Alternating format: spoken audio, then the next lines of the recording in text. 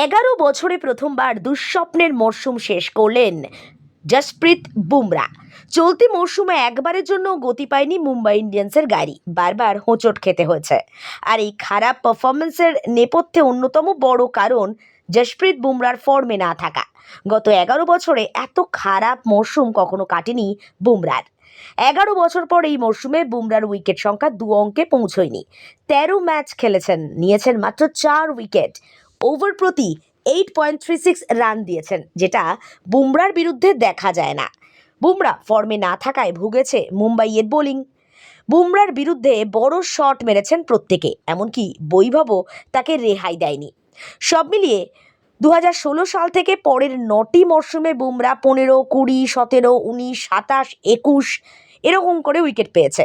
আইপিএলে মোট 158 ম্যাচে 187 উইকেট নিয়েছেন।